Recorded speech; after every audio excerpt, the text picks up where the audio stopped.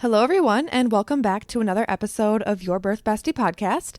This is episode 44, and today we are going to be talking about the first prenatal appointment for newly pregnant moms.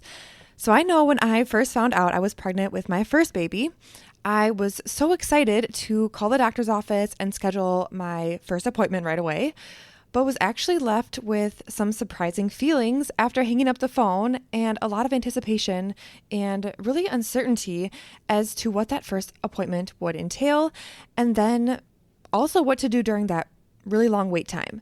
So if this is you, I hope to put your mind at ease and give you a lot of helpful information to start your prenatal care as smoothly as possible.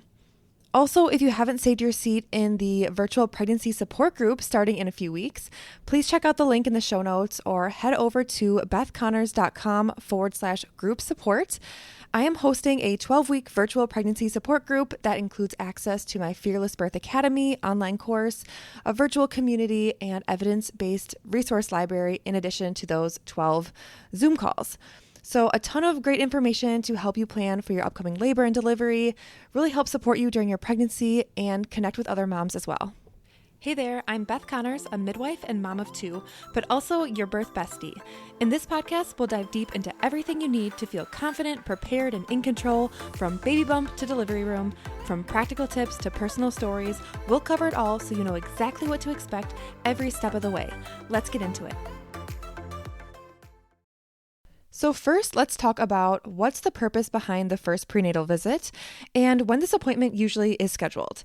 And really the point of prenatal appointments in general are to monitor your pregnancy and follow up on the health of you and your baby. It's really, really important to regularly attend these prenatal visits to build a relationship with your provider and address any potential risks or maybe some concerns that you might have and lay that foundation for a healthy pregnancy. There may be factors that would put you at an increased risk for certain complications, and addressing those things early in your pregnancy can actually be really helpful to lessen the risks and help you educate yourself on the options that you have and how your pregnancy is expected to progress based on your health. And then, of course, you also have time to learn all of your options, become educated, and take control of your experience right from the start, which, of course, is something I love. So then for that first appointment, the primary purpose with your doctor or midwife is to establish a baseline for that pregnancy. And they take your medical history. There's an opportunity to do some tests and screenings. Again, all to have a baseline before your pregnancy progresses further. This first meeting allows you to talk to your provider, and they're able to tailor your care to the specific needs of you and your baby. Hopefully, this will promote a proactive approach to the well-being of you and your baby for the entire pregnancy. And when I say proactive, I do want you to also be aware that in medicine, the medical model doesn't want to take any risk, right? It likes data and results of these labs and different tests to compare. So there are quite a few tests and things that are standardly performed early in pregnancy across the board that we will also talk about later too, but please know that nothing is required. It is common and standard, and most often patients will comply to whatever their doctor orders, so there are usually no questions asked, but that doesn't mean that you can't ask questions. If you don't want a test or something doesn't feel right, ask questions and do what you think is best for you. Many women don't know that they have options, but I promise you definitely do. Also, just so you can plan ahead, if maybe you just got that positive pregnancy test, but your provider usually won't see you for a little while after you found out that you're pregnant, which I know for me was a huge shock when I had my first baby. I found out at around 4 weeks pregnant, and I didn't have my first appointment until I was like 10 weeks pregnant. And I was shocked when that's what the receptionist over the phone told me. There was so much time between the time I found out to my first appointment, and I didn't know what to do in that time. And then from that first visit, the length between appointments also changes. So you usually have an appointment about every 4 weeks until you're 28 weeks, then about every 2 weeks until you're 36 weeks, and then from 36 weeks, every single week until you have a baby. And this is a general overview, and you might have other circumstances that allows for less or more visits with your provider, so keep that in mind as well.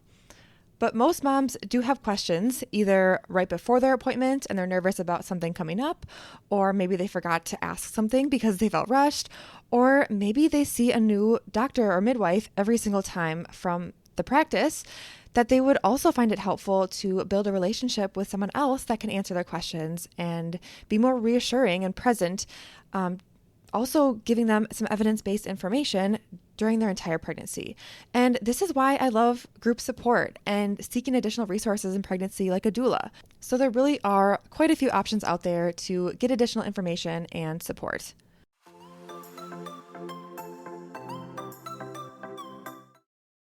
So now that you have your appointment scheduled, you may be wondering what you actually need to do to prepare for this first visit. And I know there can be a lot of anticipation that comes with that first prenatal meeting, that you are meeting your provider for the first time. You might have some excitement or nervousness, but there's also some planning that is helpful to do to make sure that you have a smooth experience. And a few logistical things are bringing your ID, your insurance card, and if you have any substantial medical history yourself or your partner or your family, especially things like genetic conditions or past pregnancy or birth complications, you'll want to have that information and pass that along to your doctor as well. But just as important as the questions that you will answer for your provider, you also want to basically interview your doctor or midwife that you're working with.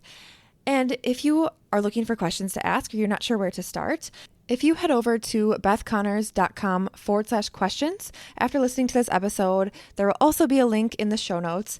There is a free PDF download that will help you plan out exactly what questions that you should think of ahead of time before going to your appointment, and then also questions for your provider when you are newly pregnant and you're just trying to find the right provider for you and for your values and making sure that you are going to be supported in whatever decisions that you make. You are hiring this person or this practice, so you want to be sure that you are going to be well supported the entire time. This proactive approach has been so helpful for my students and my clients to have an open conversation with their doctor, but really also empowers them to participate in their own experience. This is a collaborative effort between you and your partner and your healthcare team, and being prepared will really help this experience of pregnancy and birth and postpartum and your journey into motherhood be so much more enjoyable.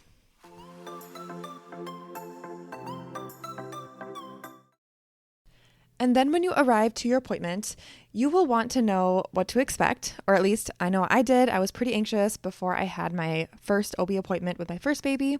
So you can expect to answer questions, like I said, about your medical history, including pre-existing conditions, past pregnancies, and your family medical background. With the medical history, there will also be a general physical exam, including your height, weight, vital signs, and a head-to-toe assessment, listening to your heart and lungs, your belly. There will maybe be a breast exam or pelvic exam offered to you. But if this isn't something that you're comfortable with, again, you don't have to consent. I had a provider at what was actually my second appointment because they did all of the questions and intake things and establishing of care at the first visit, and then the physical exam and blood work was at the second visit. That's just how the clinic did it. So it was my second appointment at 12 weeks with a previous pregnancy, and my provider told me as I was lying there after the physical exam that she had to check my cervix to make sure that it was closed at 12 weeks. I had never heard of anything like this before, but I had also never not heard of this before and didn't know better either way. So she did a cervical exam at 12 weeks while I now know my uterus is tilted and my cervix, of course, at that point was very posterior. So it was a very uncomfortable cervical check. It was also the last thing that she did, and she basically left the room. I got dressed, walked out of the clinic, and all of a sudden I had this rush of emotions that something didn't feel right. I'm actually in significant pain, cramping, worried if my baby is going to be okay. And it was just such a weird experience that I didn't even get to process until after the fact. And now even thinking about it, it just makes me feel awful. But I wanted to share and tell you that, for one, that particular practice of checking the cervix, whether it's closed on a healthy pregnant mom with no risk factors, was completely inappropriate in my opinion. And that if you just don't want something done to you for any reason, you can just say no. It can feel weird, though, to decline, maybe in the moment, but I do wish moms would feel more comfortable to speak up for themselves. I know that I wish I would have in the moment. It would have saved me a lot of discomfort, this awkward situation. I didn't know what to do. I didn't know if it was normal, if I was going to be okay. It was just this very anxiety provoking feeling and uncomfortable, violating feeling. So I don't wish that upon you. There is so many other things in birth and in labor and delivery and all these stories that you hear about moms being taken advantage of in these certain situations for provider convenience or for whatever reason. So I just don't want these things to happen to you. And I want you to have these expectations from your very first appointment that you do have control and you do have to consent for every single procedure or test or anything done during your pregnancy and birth, and postpartum, and beyond. As far as more information on specific tests and screenings that are usually done in early pregnancy, usually in that first or second prenatal visit, you may be asked about a blood test to check for anemia and infectious diseases, as well as offered genetic screening testing that tests for genetic conditions and chromosomal abnormalities. And I will actually be talking more about these things in upcoming episodes. So stay tuned for that because there is a lot more information that I would love to share, but this episode would just get way too long. So I will put that in another episode coming up.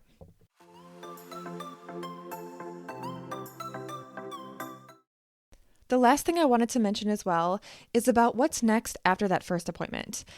I think it is so helpful to understand what is next in your pregnancy journey so that you can plan ahead and feel excited and less stressed or overwhelmed, less nervous maybe or scared, and really just empowered through this journey of pregnancy and preparing for your birth experience and meeting your baby. And that is really my goal for the virtual pregnancy support group, to know what is next always and to have your questions answered thoroughly and unbiased with evidence-based information so you can be confident in your decisions every step of the way, making sure that they are your decisions and nobody else's.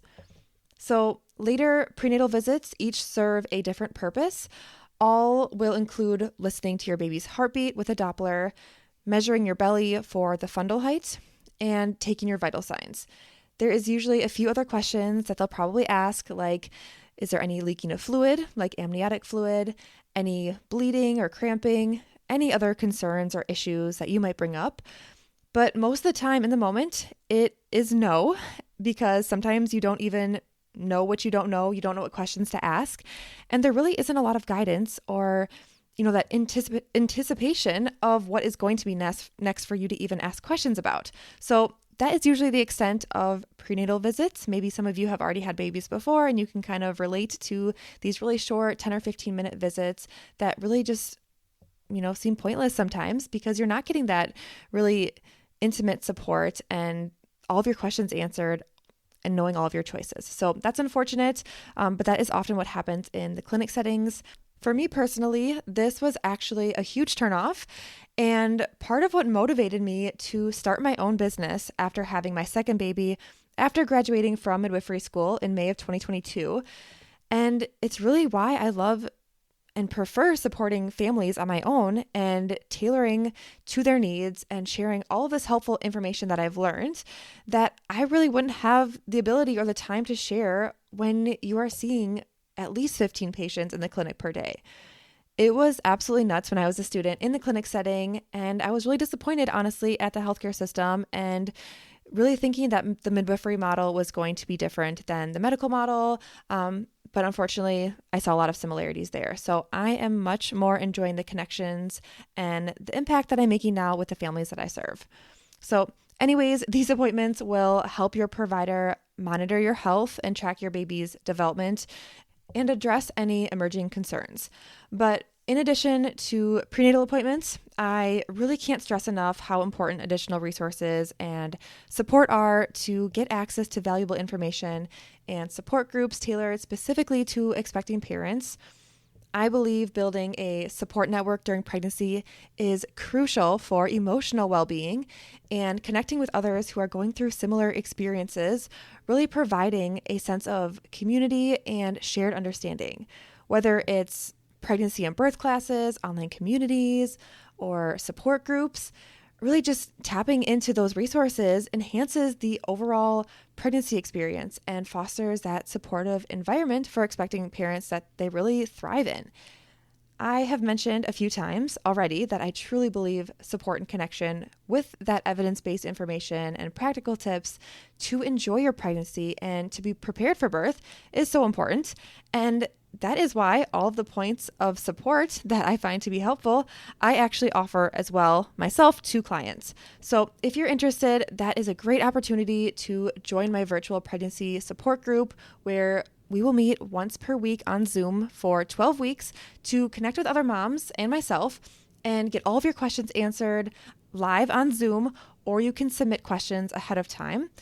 You will also have access to the community where you can connect with other moms and myself if something comes up before or after a meeting. And this is also where all of the replays from the Zoom meetings are saved if you can't make it live. And then you'll also have lifetime access to my birth course, Fearless Birth Academy, that is rooted in autonomy, mindset, and informed decision making. There is a workbook that's included that's 200 pages of handouts, really something for everything that I could basically think of that expecting parents have asked questions about in the past or that I myself wondered before. And it's a really great evidence-based course that is so valuable by itself, but meeting with you face-to-face is going to be so beneficial for preparing for birth and gaining that confidence to know what you want and to stand up for your values. So I am so excited to meet with you in just a few weeks in that pregnancy group. So be sure to save your spot at bethconnors.com/group support. And there is a link in the show notes as well. Thank you so much for tuning in today. You know where to find me with any questions or comments, any concerns at all. Definitely reach out.